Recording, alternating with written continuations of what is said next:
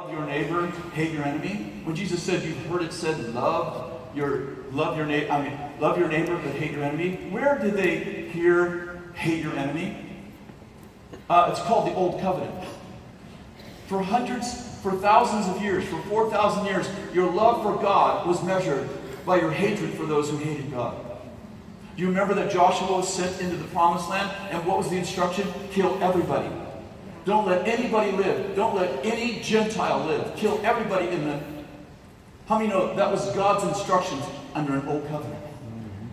But when Jesus died on the cross, judgment, he took on justice so God could release mercy.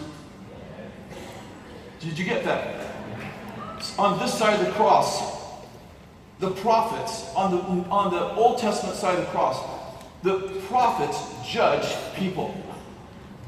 They were like the police force of the Old Covenant. But on this side of the cross, prophets judged prophecy. On this side of the cross, prophets judged condemned nations. But what would happen if you could take an Old Testament prophet and move him or her to the other side of the cross? Well, think about it.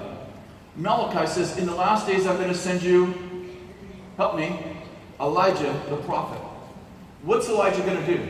He's going to restore the hearts of fathers to sons and the hearts of sons to fathers, lest I smite the nation with a curse. What did Elijah do on this side of the cross? He stopped the rain, killed false prophets, judged nations. Are you following me? But what happens when you take Elijah, the Old Testament prophet, and you move him to the other side of the cross? All of a sudden he goes from judging nations to reconciling families.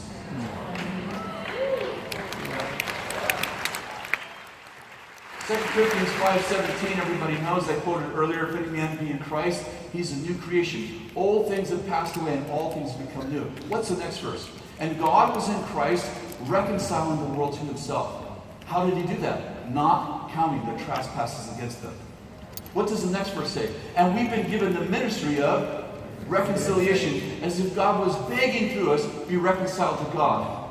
What is the New Testament ministry that we've been giving? Reconciliation. What does reconciliation mean? I don't count your trespasses against you. Are you with me?